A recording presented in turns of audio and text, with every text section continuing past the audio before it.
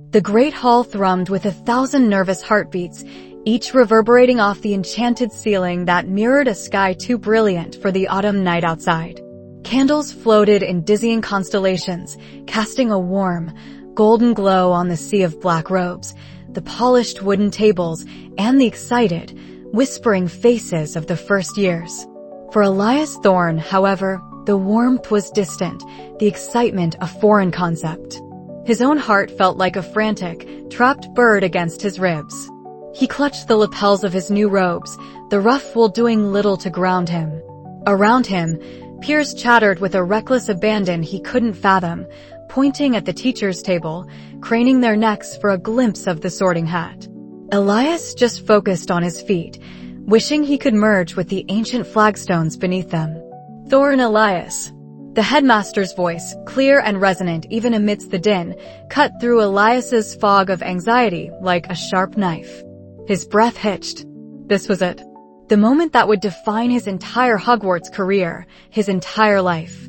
Every step towards the stool felt like wading through treacle.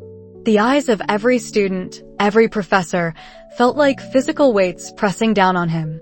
He could almost hear the collective thought, son of Eleanor and Arthur Thorne, renowned Ravenclaws, authors of Cognitive Charms and The Metaphysics of Muggles. The legacy was a tangible burden, a cloak of expectations he felt suffocated by. He had to be Ravenclaw. It was his destiny, his duty.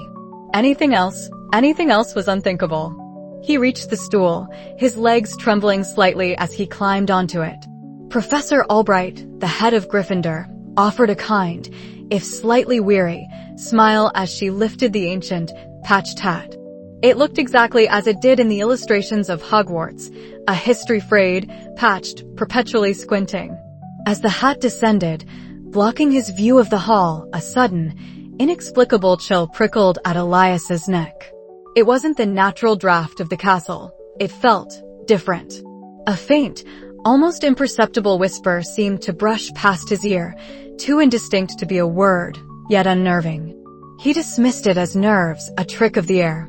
A thorn, a familiar, raspy voice echoed in his mind, distinctly the hat's. A mind teeming with thoughts, yes. Always analyzing, observing. A thirst for knowledge, certainly. Elias almost sagged in relief. Yes, Ravenclaw, he pleaded silently, a desperate mantra. Please, Ravenclaw. He felt a flicker of hope, a warmth spreading through his chest. The hat understood him. It saw his desire, his intellect. But there's more here than meets the eye, isn't there? The hat mused, its voice taking on a strangely elongated, almost mocking tone. A deep-seated unease. A fear of not belonging. And within that fear, oh yes, a curious streak. A drive to prove oneself, to rise above perceived weaknesses. A cunning little spark, tucked away, trying to hide.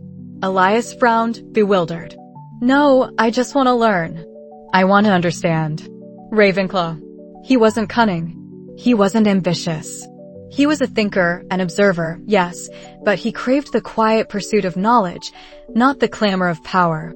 But sometimes the greatest knowledge is of oneself, isn't it? And sometimes the path to that knowledge is unexpected. The hat seemed to chuckle, a dry, rustling sound that scraped against Elias's mental defenses. The earlier whisper returned, louder this time, a distorted echo, hinting at something dark, something wrong. He shivered. And then, with a deafening boom that seemed to shake the very foundations of the great hall, the hat bellowed. Slytherin. The words slammed into Elias like a physical blow, knocking the air from his lungs. Silence descended, thick and suffocating, before a ripple of bewildered murmurs broke across the hall. Slytherin? Slytherin? Elias Thorne, son of two of the most celebrated Ravenclaws in decades, a quiet, introspective boy who had never consciously harbored a single shred of ambition beyond academic excellence, sorted into the house of cunning and ambition. It was an absurdity, a cruel joke. His face flushed crimson. He felt every eye on him, 1,000 different expressions of shock, confusion, and, from some Slytherin faces, outright amusement, perhaps even disdain. This wasn't just a mistake, it was a cosmic error. Professor Albright, her brows furrowed in a rare display of surprise, gently lifted the hat from his head. Elias stumbled off the stool, his legs feeling like lead. He could barely see through the sudden blur of tears threatening to well in his eyes.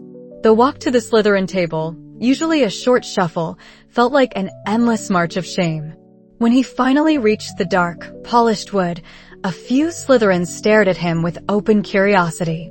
Most, however, returned to their hushed conversations, seemingly unimpressed by the newest, most bewildered member of their ranks. He slid onto a bench, feeling completely alien amidst the emerald ties and silver emblems. He couldn't shake the feeling that he was an imposter, a trespasser. He didn't belong here. He kept his head down, but his keen observational skills, usually suppressed by his anxious overthinking, were now on high alert, sharpened by the shock. He felt a desperate need to understand what had just happened. This wasn't normal. The sorting continued, each subsequent name called feeling like a distant echo in Elias's dazed mind.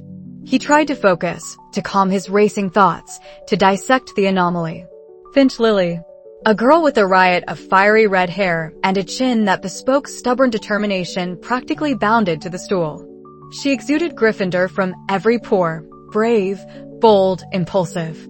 Elias watched her, a knot of dread tightening in his stomach. If he, a thorn, could be so utterly missorted, who else? The hat barely touched Lily Finch's head before it roared, Hufflepuff. A collective gasp went through the great hall. Lily, who had been grinning defiantly a moment before, now looked utterly bewildered, her eyes wide. She looked like a caged lioness, bristling at the injustice. She trudged to the Hufflepuff table, her shoulders slumped, her fiery aura dimmed by a palpable sense of outrage.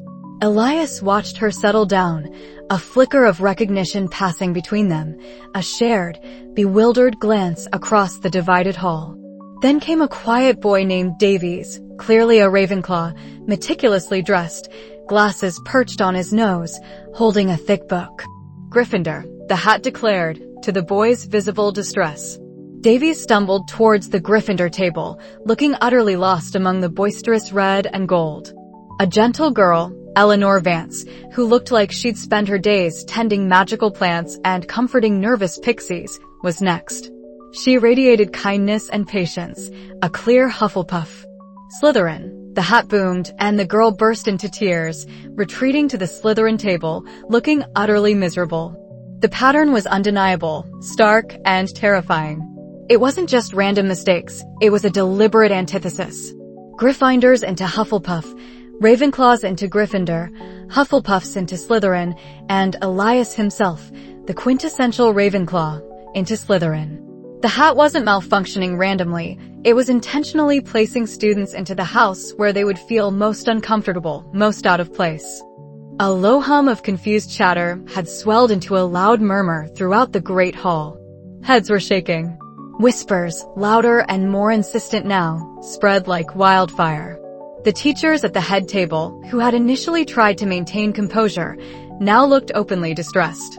Professor Blackwood, the eccentric potions master known for his dark artifact obsession, had a particularly grim expression, his eyes fixed on the hat as if it were a ticking bomb. Elias felt a cold dread settle in his stomach, far worse than his initial humiliation. This wasn't about him anymore, or even about the other missorted students. This was something deeper, something malevolent. The fleeting whisper he'd heard under the hat, the inexplicable chill, it resurfaced in his memory, no longer dismissible as mere nerves. It had felt wrong, twisted. He glanced up at the headmaster's stand. The sorting hat now sat innocently on its stool, its brim curled as if in a perpetual, knowing smirk. But Elias knew, with an icy certainty that defied all reason, that something sinister resided within it, or perhaps was merely manipulating it. The chaos in the great hall, usually vibrant and joyous, was now laced with an underlying tension, a palpable sense of unease that was rapidly curdling into outright discord. The headmaster, looking visibly pale, finally rose. "Students, please. Let us proceed with the feast. There have been a few unusual sortings tonight, we admit. But we must trust the hat's wisdom, however mysterious it may seem." His voice, though authoritative, lacked its usual conviction. Even he seemed to struggle with the words. But trust was not what Elias felt. He felt a chilling certainty that something had latched onto the hat, twisting its purpose, feeding on the confusion it wrought. From his seat at the Slytherin table, a house that felt utterly foreign, Elias looked around at the faces of his new housemates, then across the hall at the other houses, seeing the bewilderment, the anger, the quiet despair on the faces of those, like him, who had been deliberately misplaced. He caught Lily Finch's gaze again. Her fiery eyes, now clouded with frustration, met his, and for a fleeting moment, a spark passed between them, a silent understanding that they were both pawns in a game they didn't comprehend. The feast began, but the usual celebratory atmosphere was gone, replaced by a tense silence punctuated by the clinking of cutlery and the stifled, bewildered murmurs of hundreds of students. Elias pushed a piece of treacle tart around his plate, his appetite utterly vanished. The quiet observer in him, usually so hesitant, now felt a strange, chilling clarity. This wasn't an accident. This wasn't a mistake. Someone or something was doing this. And he, Elias Thorne, mis-sorted Slytherin, felt an unfamiliar, insistent prickle of determination. He had to figure out why. And perhaps, just perhaps, he had to stop it. Elias Thorne woke with a start, the luxurious green and silver hangings of his Slytherin four-poster feeling less like a welcome and more like a silken trap. The air in the common room was thick with a mixture of simmering resentment and forced bravado. Chatter from the other first years revolved around the previous night's sorting, not with the usual excitement, but with a palpable undercurrent of confusion and grievance. He heard a tall, lanky boy with a shock of red hair grumble about being a Hufflepuff in all but name, while a petite girl with bright, hopeful eyes whispered that she felt like a fraud in Ravenclaw. Elias, ever the observer, noticed the way their eyes darted, their shoulders hunched. It wasn't just individual disappointment, it was a systemic unraveling. He made his way to the Great Hall, the towering enchanted ceiling a swirling canvas of gray morning clouds, mirroring the mood within. The house tables, usually buzzing with easy camaraderie, now felt like islands of unease. He saw a gangly Ravenclaw trying to make small talk with a notoriously boisterous Gryffindor, both looking utterly miserable. A quiet, bookish Hufflepuff sat alone, clutching an ancient tome, clearly out of place amongst a group of boisterous, ambitious Slytherins who were more interested in Quidditch tactics than ancient runes. Elias felt a cold knot tighten in his stomach. The pattern he dimly perceived last night was sharpening into stark relief. The sorting hat hadn't just made a few mistakes, it had intentionally placed students where they would be most ill-fitting, most uncomfortable. His breakfast, a surprisingly unappetizing scramble of eggs and toast, went largely untouched.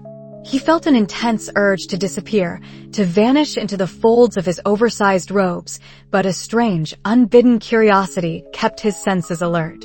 He wasn't just a nervous first year anymore. He was a detective, albeit an unwilling one, caught in the middle of a bizarre and unsettling mystery.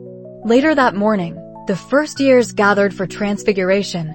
Professor McGonagall's successor, Professor Lyra Meadows, a woman with keen eyes and a perpetually arched eyebrow, standing before a chirping canary. Elias found himself wedged between a scowling Slytherin and a perpetually twitching Hufflepuff, the latter of whom seemed on the verge of tears. Today, we begin with the basics, Professor Meadows announced, her voice precise, a simple match-to-needle transformation. Focus, visualize, and articulate clearly. Elias, despite his inner turmoil, found a strange solace in the methodical rhythm of magic. He focused on his wooden matchstick, imagining its molecules reordering, its form elongating, thinning. A faint shimmer, then nothing. He sighed. Beside him, however, a small explosion of frustration erupted. "This is ridiculous," a fiery voice hissed. "A match to a needle? I could face down a blast-ended scrote with more conviction than this measly stick." Elias turned to see a girl, her unruly mane of bright copper hair practically sparking with indignation. Her green Hufflepuff robes seemed entirely at odds with her fierce, emerald eyes and the furious set of her jaw. She jabbed aggressively at her own stubborn matchstick, which remained stubbornly woody. "You're trying too hard," Elias found himself saying, the words surprising even him. "It's not about force, it's about clarity of intent." She whipped her head around, her eyes narrowing. "And you would know, wouldn't you, Slytherin?" The last word was laced with something akin to disdain, but also a hint of desperation. "I'm Lily Finch, and I should be in Gryffindor, not stuck trying to make friends with flowers and baking in a badger's den." Elias felt a pang of sympathy, recognizing her frustration, the raw injustice in her voice. "Elias Thorne," he replied, a little more confidently than he expected. "And I should be in Ravenclaw. Believe me, I understand." Lily blinked, her fury deflating slightly, replaced by surprised curiosity. "Ravenclaw? You?" She looked him up and down, taking in his slightly rumpled robes, his nervous posture. "Well, you don't exactly scream, cunning ambitious snake, I'll give you that." A flicker of a smile touched Elias's lips. "And you don't exactly scream loyal, patient badger, Lily Finch." She snorted, a genuine sound of amusement cutting through her anger. "Right? I almost hexed a fourth year for trying to steal my spot at the breakfast table this morning. Loyalty is one thing, but I'm not about to let someone walk all over me." She leaned closer, her voice dropping to a conspiratorial whisper. "You noticed it too, then?" The wrongness of it all. Elias nodded, relief washing over him. He wasn't alone. "It's not just us. I've been observing it since last night. The Hufflepuffs are full of people who should be in Gryffindor. The Ravenclaws seem to have most of the quiet, studious Hufflepuffs. And Slytherin, well, Slytherin has me and a few others who look utterly bewildered by the ambition." Lily's eyes widened, a new fire igniting in them, but this one was curiosity, not anger. "So it's not just a few mistakes. It's deliberate." She slammed her hand quietly on the desk, startling the twitching Hufflepuff next to Elias. "But why? Who would do something like that?" "I don't know," Elias admitted, "but it's causing chaos. Look around." He gestured subtly with his chin. Students were bickering over shared parchment, muttering under their breath during Professor Meadows's demonstration, a general air of restlessness and resentment permeating the classroom. "It's getting worse." During their short break before charms, they huddled together in a relatively quiet corner of a bustling corridor. "We can't just ignore this, Elias," Lily insisted, her voice firm. "Someone has to do something. The professors clearly don't see it, or they're ignoring it. They probably think it's just the usual first-year adjustment," Elias mused, rubbing his chin. "Or maybe they're just too busy. But it feels bigger than that." He recalled the whispers he'd heard, the unsettling sense of something unseen at the edges of his vision. "We need an adult who will listen," Lily decided, her brow furrowed in thought. "Someone who thinks outside the box. Someone who isn't afraid of a bit of unusual magic." Elias hesitated. "Professor Meadows is too logical. Headmaster Thorne, no offense to my distant cousin, but he's too focused on order. Professor Finnegan in charms, too jolly." He racked his brain, recalling snippets of his parents' conversations over dinner, the hushed, sometimes dismissive tones. Then, a name surfaced. "Professor Blackwood. Alaric Blackwood." Lily paused.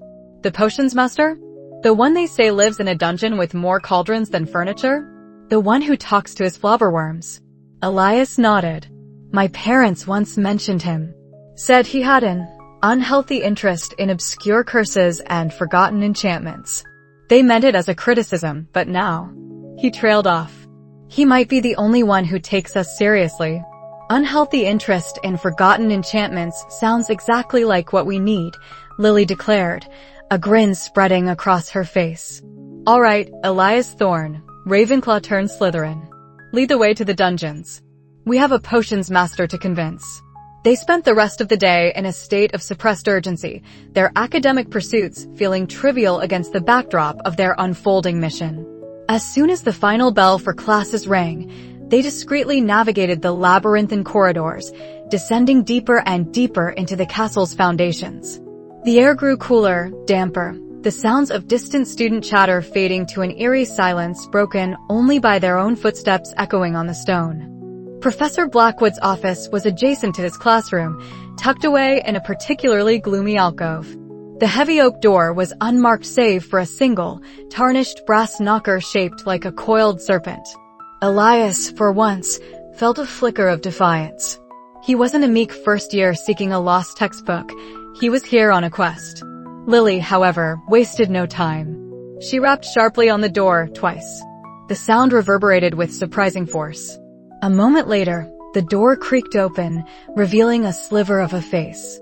Professor Blackwood, his long, silver hair slightly askew, spectacles perched precariously on the end of his nose, peered out. His eyes, though magnified by the lenses, were remarkably sharp, like chips of obsidian. He wore a stained tunic that looked as though it had seen countless potion explosions, and he smelled faintly of brimstone and something sweet, like burned sugar. "Children." His voice was a low rasp, tinged with surprise. "Classes are over. Unless you've decided to prematurely explode one of my cauldrons, I suggest you consult your prefects for any concerns." His gaze lingered on their robes, Slytherin green and Hufflepuff yellow. He raised a skeptical eyebrow. "Odd pairing, if I may say so." "Professor Blackwood," Elias began, his voice a little shaky. We believe something is wrong with the sorting." Lily, never one for subtlety, elbowed him gently and took over. "It's not just wrong, Professor. It's utterly, completely messed up. I'm Lily Finch, and I'm a Gryffindor, but I was sorted into Hufflepuff. And Elias here is a Ravenclaw, but he got put into Slytherin. And it's not just us, Professor. Half the school is in the wrong house. It's causing arguments, and people are just unhappy." She practically vibrated with indignation. Professor Blackwood listened, his expression slowly shifting from mild irritation to a profound, unsettling stillness. He opened the door wider, beckoning them in with a bony hand. The office was a chaotic symphony of arcane objects, bubbling beakers, dusty scrolls tied with faded ribbons, preserved specimens floating in jars, and a single, ancient-looking globe that pulsed with a faint, internal light. The air was heavy with the scent of old parchment and strange herbs. "Sit," he rasped, gesturing towards two rickety stools piled with yet more books. He settled into his own high-backed, surprisingly comfortable armchair, his gaze fixed on them. "So, you believe the sorting hat has erred?" It wasn't a question, but a statement of understanding. "More than erred, sir," Elias piped up, finding courage in the professor's quiet intensity. "It feels deliberate, like it's putting students in the worst possible place for them. It's amplifying everyone's anxieties. I saw a Gryffindor and Ravenclaw trying to solve a riddle, almost in tears because he couldn't get it." Professor Blackwood leaned forward, his eyes gleaming. "And you, young Mr. Thorne, with your keen Ravenclaw mind, you have perceived a pattern where others merely see chaos." He chuckled, a dry, rustling sound like dead leaves. "Excellent. Most excellent." He steepled his fingers, his gaze distant, as if sifting through centuries of forgotten lore. "The sorting hat, you see, is not merely a magical artifact. It is an extension of Hogwarts itself, imbued with the wisdom of the founders. To tamper with it, to subvert its purpose, that would require a power of immense malice. A sentient power." He paused, his voice dropping to a near whisper. "I have felt it, children." A subtle tremor beneath the castle's wards, a faint, discordant hum in the magical currents. "I dismissed it, at first, as the usual magical flux of a new school year. But it has been growing. A parasitic anomaly latching onto a focal point." His eyes snapped back to Elias and Lily, sharp and grave. "The sorting hat is merely the conduit. The true source of this malevolence lies elsewhere, drawing strength from the discord it sows. A malign whisper, perhaps a fragment of ancient darkness that feeds on fear and division. It seeks to unravel the very fabric of Hogwarts, one missorted student at a time." Elias felt a chill colder than the dungeon air seep into his bones.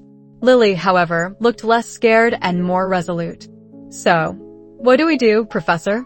Blackwood stood, moving towards a cluttered bookshelf, his fingers tracing the spines of forbidden-looking texts. "We find the heart of this whisper, its anchor. And if my suspicions are correct, it will be hidden somewhere close to the source of the hat's power. Somewhere private, untouchable." He turned, a flicker of something almost like excitement in his eyes. And I have a very strong suspicion where such an artifact might be found, protected by wards designed to keep people out, but never against something that has already slipped in. He picked up a small, leather-bound journal, its pages brittle with age, and flipped through them rapidly. This entity, it feeds on negative emotion, yes. But it also seeks to manifest, to spread. It will intensify its hold, escalating the chaos until the castle itself becomes a breeding ground for its power. He looked up, his expression grim. The next stage will be hallucinations, visions, turning student against student in ways that would be unimaginable. We don't have much time. Lily gulped, but her eyes held steady. Elias, despite his racing heart, felt a surprising surge of clarity. This wasn't just a missorting, it was a battle for Hogwarts' soul. Where, Professor? Elias asked, his voice firm, no longer timid. Where is this artifact? Professor Blackwood's gaze was piercing. The headmaster's private study, young Thorn, where the sorting hat rests between its annual duties. It's the most secure room in the castle, yet ironically, it would be the most vulnerable to an entity that thrives on subtle infiltration. No one would ever suspect the headmaster's personal sanctuary to be the source of such a blight. He closed the ancient journal with a soft thud. And getting into it, undetected, that will be your first, and perhaps most dangerous, challenge. The flickering candlelight in Professor Blackwood's private chambers cast dancing shadows across Elias's anxious face. The air, usually thick with the scent of arcane ingredients, now seemed to hum with an almost palpable tension.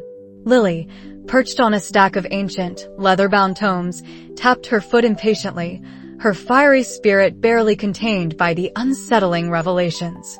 The Malign Whisper, Professor Blackwood repeated, his voice a low, gravelly drone that resonated with the weight of forgotten lore. He gestured to a swirling, intricate diagram he'd conjured in the air above his desk, a web of distorted magical energy coiling around a dark, indistinct core. It is not merely a curse, nor a simple malfunctioning charm. It is a sentient fragment of ancient, malevolent magic. A parasitic entity that latched onto a powerful dark artifact and, through it, has begun to corrupt the very fabric of Hogwarts' foundational magic, specifically, the Sorting Hat. Elias swallowed hard, the implications washing over him. This wasn't just about his own discomfort in Slytherin or Lily's frustration in Hufflepuff. This was a deeper, insidious threat to the school itself. But why? He whispered, his voice barely audible. Blackwood's gaze, usually distant, sharpened, fixing on Elias.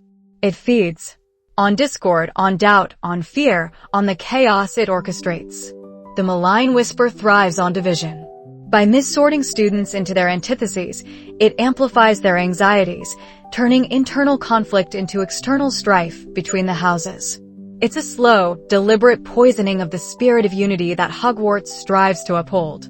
Lily scoffed, crossing her arms. So it's not just making us miserable, it's actively trying to break the school? What's its end game? To grow. To gather strength, Blackwood explained, his eyes distant, as if peering into the past. Such entities begin as whispers, shadows, distorted reflections. But given enough sustenance, enough chaos, they can manifest fully, spreading their influence far beyond the initial source. This isn't the first time an echo of ancient darkness has tried to anchor itself in a place of potent magic. Hogwarts, with its wards and history, is a prime target for such a parasitic intrusion. And the artifact?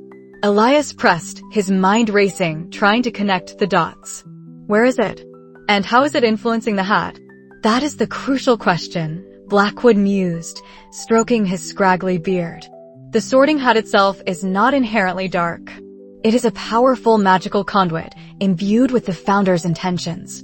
The Whisper, however, needs a stronger anchor, a physical vessel to channel its influence.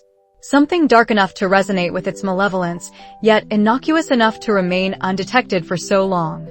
It would need to be in a place of power, a place where it could subtly radiate its influence without drawing overt attention.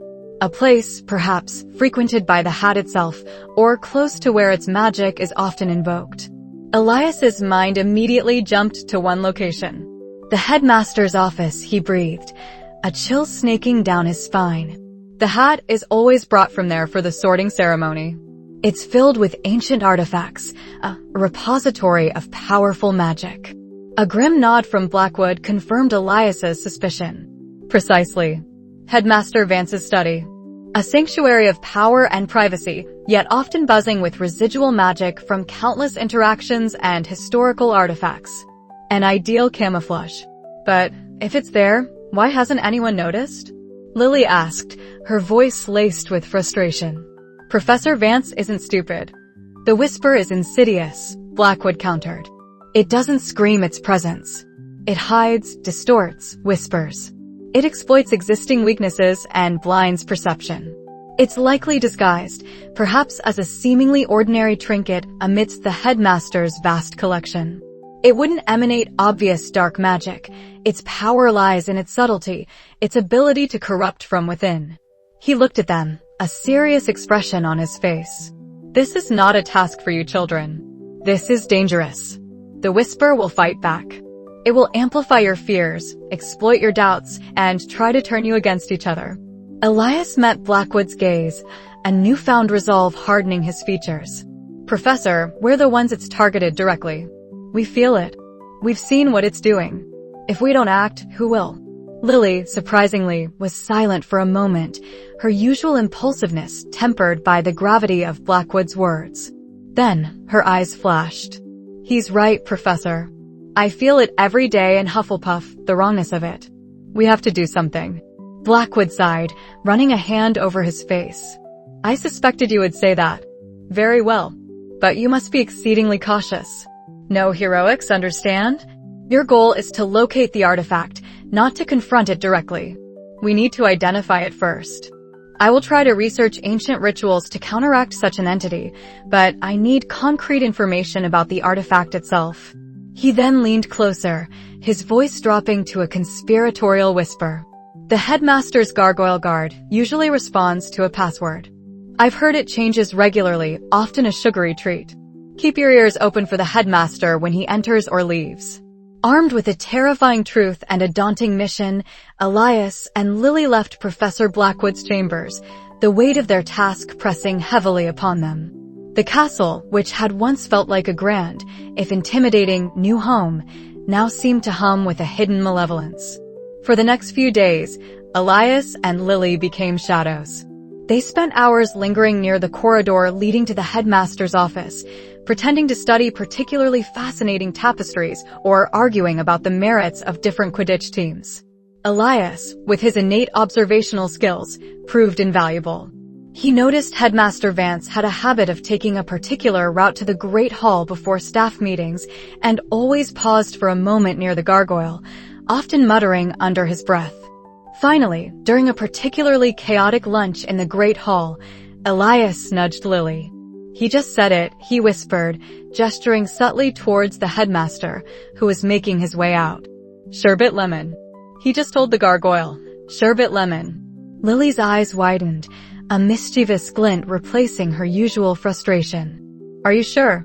He says it to himself sometimes, almost a habit, Elias confirmed. It's a specific brand of muggle candy. I remember my mum mentioning them. The opportunity presented itself that very evening. The headmaster was scheduled to attend a diplomatic function in Diagon Alley, a rare absence that would keep him away for several hours. This was their chance. Under the cloak of dusk, with the castle's corridors mostly empty save for a few prefects on patrol, Elias and Lily made their way to the headmaster's office. Elias's heart hammered against his ribs. The marble gargoyle guarding the spiral staircase seemed to eye them suspiciously, its stone features unblinking. Sherbet lemon, Lily announced, her voice a little shaky but determined. Nothing happened. Elias's stomach dropped. Wait, it's sherbet lemon, he says it with emphasis. Lily tried again, louder, putting a cheerful lilt into her voice. Sherbet lemon.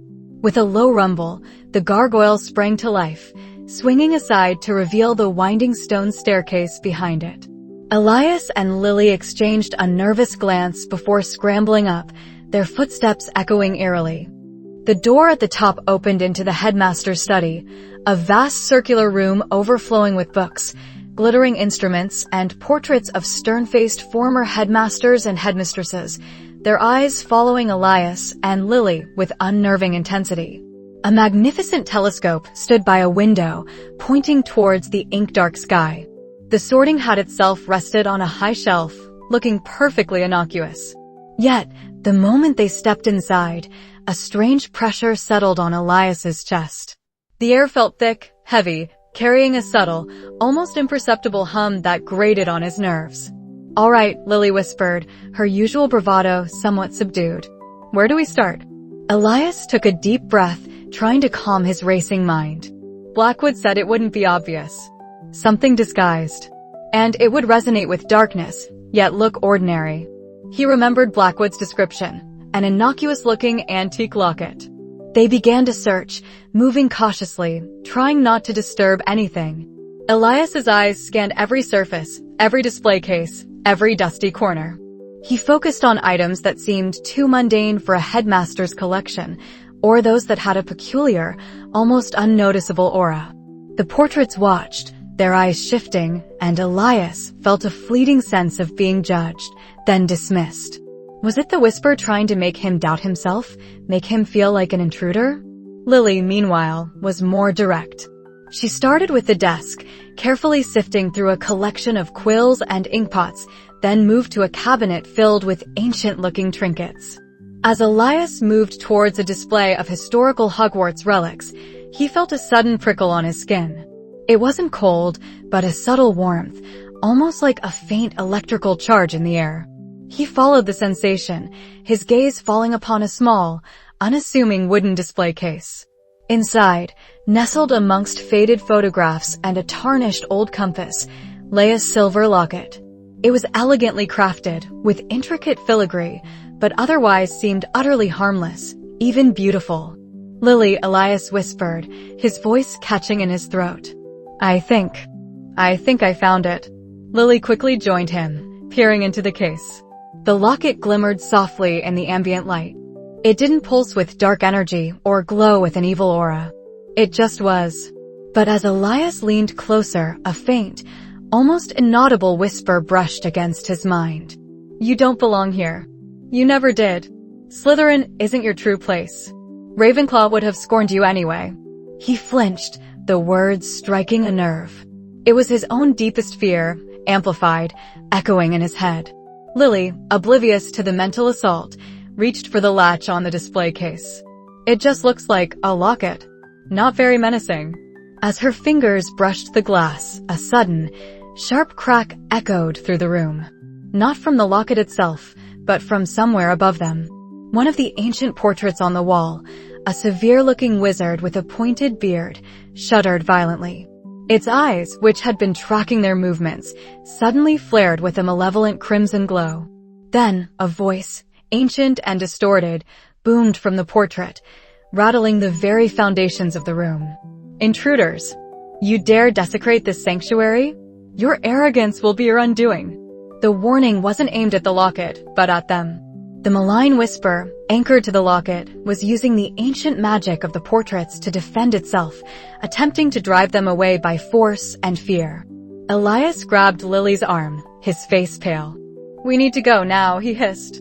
The locket might look harmless, but its true power was beginning to reveal itself, and it was far more terrifying than they had imagined.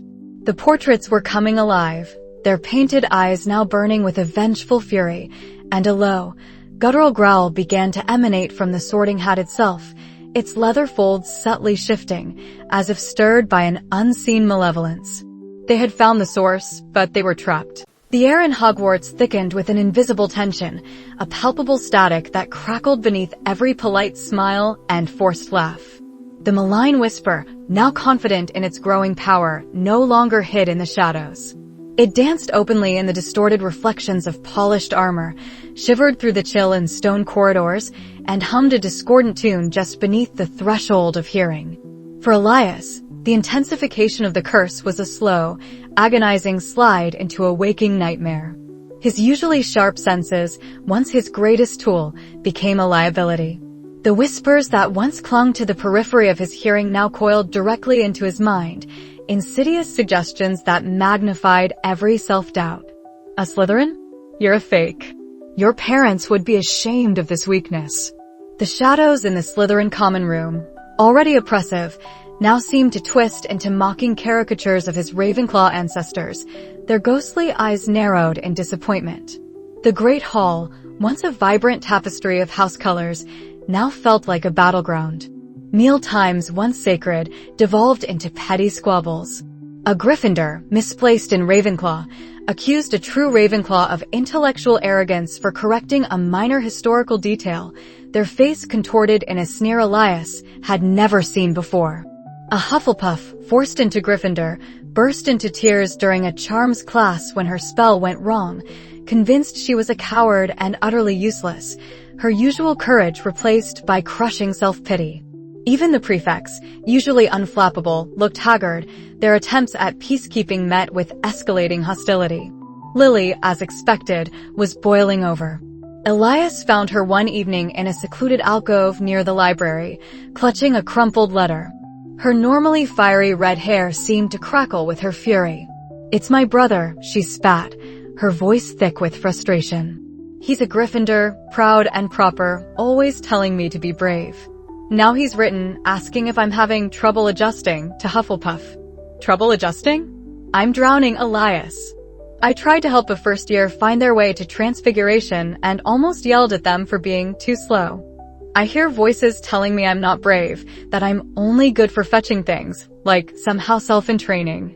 She slammed her fist against the stone wall.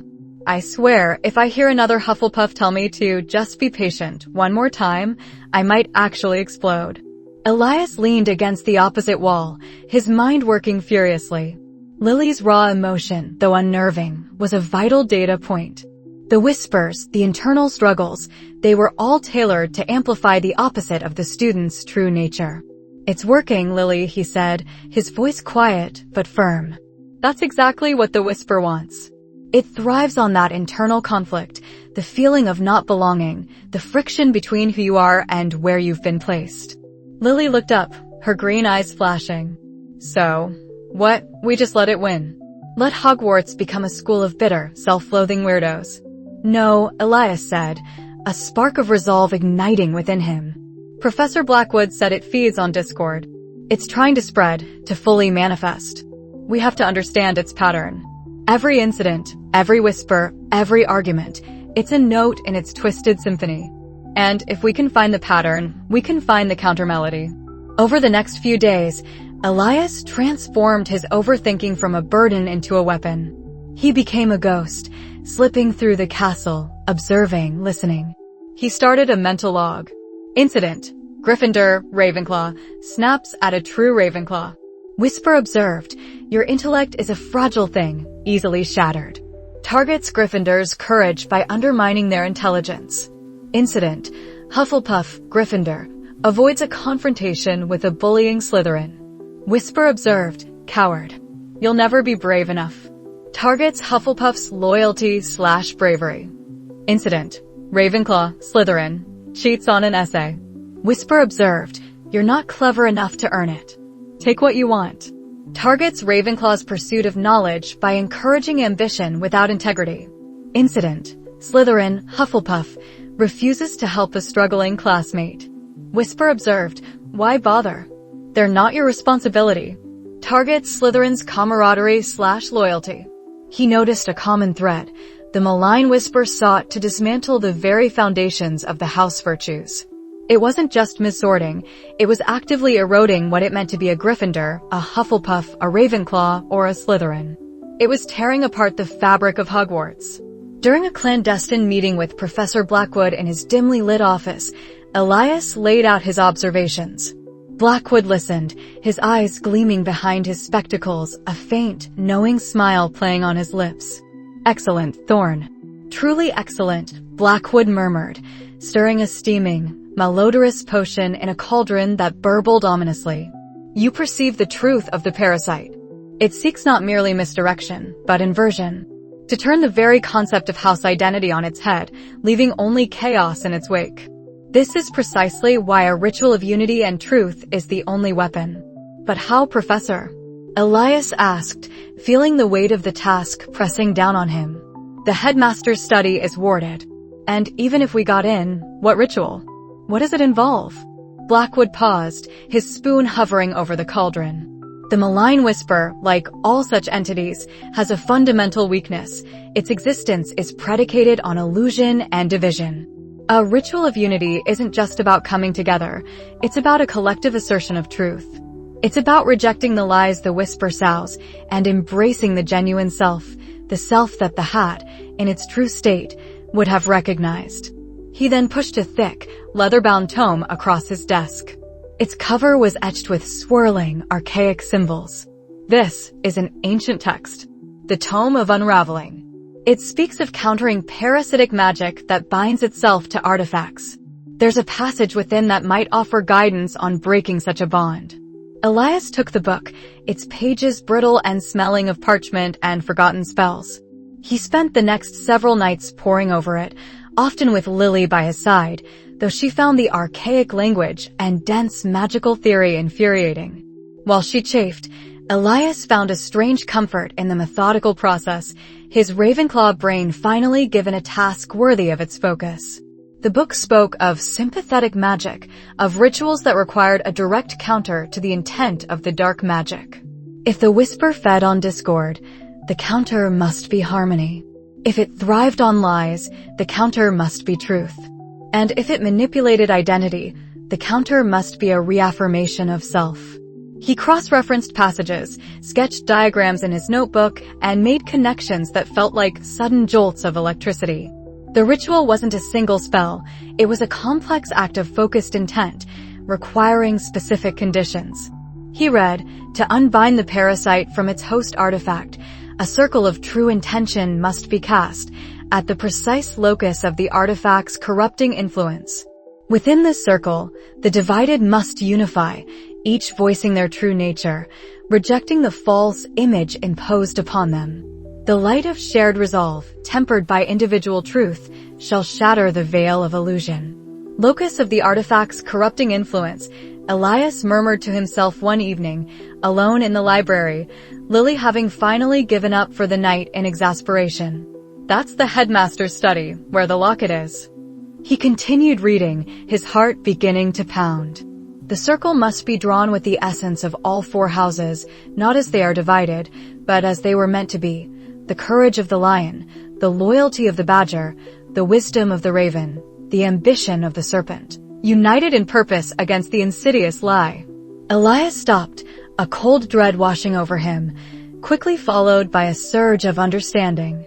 The missorted students, he whispered, the words barely audible. It's not just any unity. It's their unity. The ones who feel the curse most acutely, whose true selves have been twisted. The ritual wasn't for the whole school, nor just for him and Lily. It was for all the missorted, the walking paradoxes of Hogwarts, to reclaim their identities.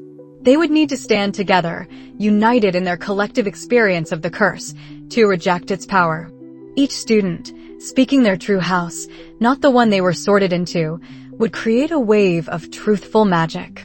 He closed the book, his mind reeling. The implications were staggering.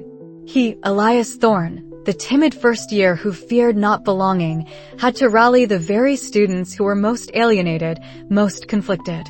He had to convince them to stand together, to trust each other, and to openly declare their true identities against the crushing weight of the Malign Whisper. This was more than a spell. It was an act of rebellion. It would demand courage he wasn't sure he possessed, and a belief in unity that felt impossible in the fractured Hogwarts around him. He looked out the library window, towards the distant, moonlit turrets of the headmaster's office. The task ahead was immense, fraught with danger and dependent entirely on his ability to lead. The Malign Whisper would undoubtedly fight back with all its insidious might. Elias Thorne, a Slytherin by decree but a Ravenclaw to his core, knew what he had to do. He had to find them all. And then he had to make them believe. The greatest challenge wasn't just breaking a curse, but rebuilding trust from the ashes of discord. The weight of the parchment in Elias's hand felt heavier than any textbook. The ancient runes, deciphered and translated with Blackwood's cryptic guidance, formed a ritual of startling simplicity, a communal affirmation of truth and belonging, amplified by collective intent. It was meant to sever the Malign Whisper's parasitic hold on the locket and, through it, the Sorting Hat. But simplicity didn't mean easy. He found Lily pacing the deserted Transfiguration courtyard, her breath pluming in the crisp night air. She spun, her eyes glinting with a familiar blend of frustration and fierce determination. "Well, did you get it?" Elias nodded, his throat tight. "It's a ritual of unity. We need to gather students who were missorted. They have to collectively state their true affiliations, their core values, while focused on the artifact." Lily blew out a breath. A communal affirmation of truth and belonging, she mimicked in a professor's voice, then scoffed. "And how exactly do you convince a bunch of utterly miserable, house-confused teenagers to stand together and hold hands when they've been constantly told they don't belong and their own minds are playing tricks on them?" That was the heart of Elias's fear. The Malign Whisper hadn't just missorted them. It had burrowed deep, amplifying every insecurity, every resentment. House rivalries, once playful, now bordered on genuine animosity. Missorted Ravenclaws in Gryffindor were mocking the intellect of others, Hufflepuffs in Slytherin were openly scheming, and the entire school felt like a ticking time bomb. "We have to make them understand," Elias said, his voice gaining a quiet strength he hadn't known he possessed. "We tell them the truth. We show them that their confusion, their anger, it's not theirs." Over the next 2 days, Elias and Lily worked tirelessly, covertly. Lily, with her impulsive charisma, dragged students into abandoned classrooms, corners of the library, or dusty alcoves. Elias, observing carefully, would then step in, his quiet words cutting through the noise. He spoke not of heroes or glory, but of shared experiences, the gnawing doubt, the constant feeling of wrongness, the subtle, insidious whispers that told them they were alone. He highlighted patterns he'd observed, the sudden bursts of anger in normally calm students, the irrational fears, the shadows that seemed to dance at the edge of their vision. He explained the Malign Whisper, not as a mythical beast, but as a manipulative parasite feeding on their discord. It was a slow, painful process. Many scoffed, some grew defensive, others just looked utterly defeated. A few even reported them to prefects, citing conspiracy theories. But with each student who dared to listen, a flicker of understanding ignited. A Ravenclaw, sorted into Hufflepuff, admitted she'd been plagued by a constant urge to make everyone happy, even at the cost of her own studies. A Gryffindor, misplaced in Slytherin, confided in Elias about the sudden, terrifying urges to win at any cost, even if it meant betraying his friends. The shared confessions created tiny cracks in the Whisper's wall of isolation. By the designated night, a motley crew of 30 missorted students gathered in the shadowy, disused potions classroom where Professor Blackwood had given them their final instructions. He passed each of them a small, smooth riverstone imbued with a faint, shimmering enchantment. "These will help focus your intent and shield your minds," he'd rasped, his eyes unusually grave. "The Whisper will fight back. It will project your deepest fears, your greatest doubts. Trust your companions. Trust your truth." Their plan to enter the headmaster's office was daring, concocted by Lily with Elias adding critical details about the patrol schedules and the magical wards he'd observed. During the midnight changing of the guard, a distraction spell, a perfectly harmless but spectacularly loud bang from the third-floor corridor, would draw the prefects and faculty. That would give them a narrow window. The walk through the silent, moonlit corridors was nerve-wracking. Every creak of the ancient castle, every distant hoot of an owl, made them jump. The air grew heavy, almost viscous, as they neared the headmaster's office. Elias could feel a subtle pressure against his mind, a low hum of malevolence growing stronger with every step. He clutched his riverstone, its warmth a small comfort. When Lily's distraction spell echoed through the castle, a few students flinched, but the others moved with a newfound resolve. Elias, at the front, pushed open the gargoyle entrance. "Lemon drop," he whispered, the password still ingrained from their earlier reconnaissance. The gargoyles swung aside. The headmaster's study was even more imposing at night. Shadows clung to the towering bookshelves, making the familiar objects seem sinister. The faint glow from the fireplace cast dancing shapes across the walls. A low, sibilant whisper filled the air, not a sound, but a feeling that clawed at their minds. "It's here," Elias breathed, pointing to the antique locket that rested on the headmaster's desk. It pulsed with a faint, sickly green light, barely visible to the naked eye, but unmistakably the source of the oppressive feeling. The malign whisper surged. Suddenly, the shadows in the room deepened, twisting into grotesque shapes.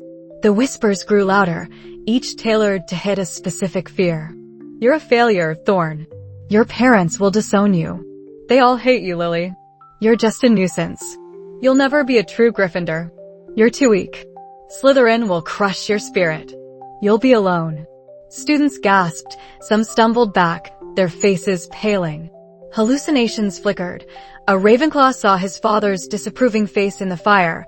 A Hufflepuff saw his best friend turn away in disgust. The unity they had painstakingly built began to fray. "No!" Elias shouted, his voice cracking, but determined. He held up his river stone, focusing his intent. "It's not real. It's the whisper. Remember what Blackwood said. Trust your truth." Lily, always quick to act, grabbed the hand of a trembling girl beside her. "He's right. It feeds on doubt. What are you really? Who are you meant to be?" Elias stepped forward, placing his hand on the headmaster's desk, directly over the locket. The chill that shot through him was bone deep, but he pushed past it. "We begin," he announced, his voice ringing with a surprising authority. "Place your stones on the desk. Form a circle. Focus on your truth. Repeat after me." He closed his eyes for a moment, gathering his courage. He thought of his parents, not just their legacy, but their quiet support. He thought of Lily, of Blackwood, of the injustice that had been done. He opened his eyes, meeting the gaze of the students around him, who, despite their fear, were beginning to form the circle, placing their enchanted stones on the polished wood. "I am Elias Thorn," he began, his voice clear and resonant. "And my truest house is Ravenclaw. My core value is the pursuit of understanding." He felt a jolt as he spoke it, a freeing sensation. The oppressive air around him seemed to thin, if only for a second. Lily followed, her voice a fiery declaration. "I am Lily Finch. And my truest house is Gryffindor. My core value is courage." One by one, they spoke. "A hesitant Ravenclaw in Hufflepuff. I am a Ravenclaw. My value is wisdom." "A trembling Hufflepuff in Slytherin. I am a Hufflepuff. My value is loyalty." Their voices, though often shaky, layered upon each other, each declaration a tiny blow against the whisper. The malign whisper roared. Not audibly, but in a surge of psychic energy that made their teeth ache. The room shook, books tumbled from shelves, portraits on the walls screamed silently, their faces contorting into masks of terror. The locket flared, its green light pulsing erratically, projecting distorted images of their worst fears onto the walls, failing exams, being abandoned, making irreversible mistakes. Elias felt his own resolve wavering. A vision of his family disowning him for his mistake in Slytherin flashed before his eyes. He almost stumbled, but Lily's hand, gripping his arm, brought him back.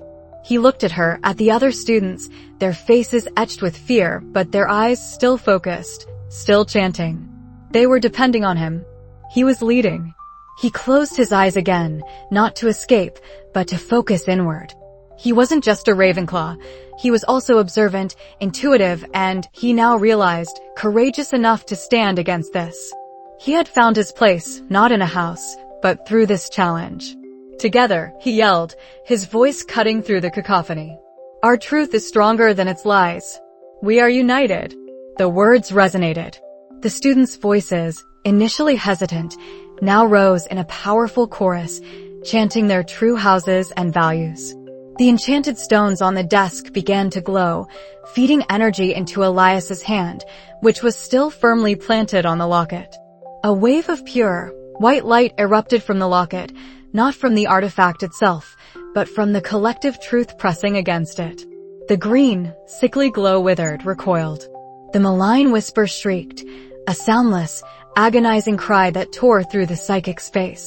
The locket pulsed violently, then cracked, a hairline fracture spiderwebbing across its surface. With a final, shattering crack, the locket exploded.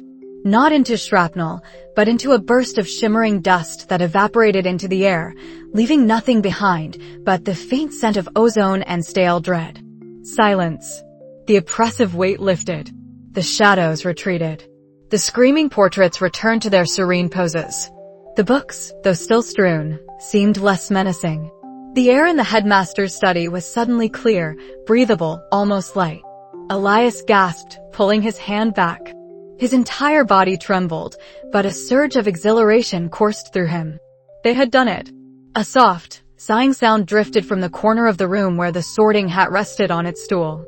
It seemed to shiver, then settled, its patched fabric looking normal. Not malevolent, not distorted. Just a very old, very wise hat.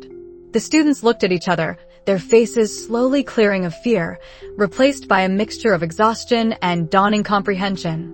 The lingering echoes of the whisper's deceit faded, leaving behind a raw, unvarnished sense of self.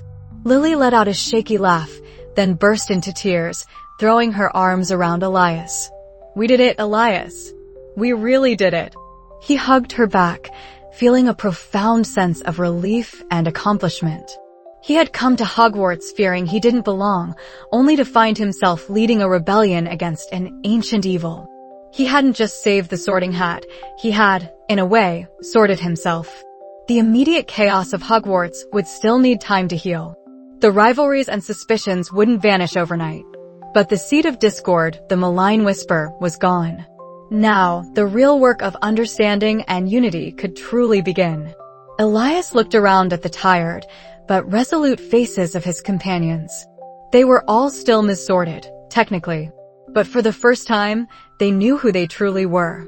And that, he realized, was the most important sorting of all. As the first faint streaks of dawn began to peek through the headmaster's window, casting a gentle, hopeful light on their weary faces, Elias knew their journey wasn't over. It had only just begun. The castle, once a place of confusion, now felt like home. But the question remained, what would happen when the rest of Hogwarts woke up to the silence where the discord once reigned? And how would they explain the sudden, stark clarity of their true selves to a world that had, for weeks, been lost in shadows?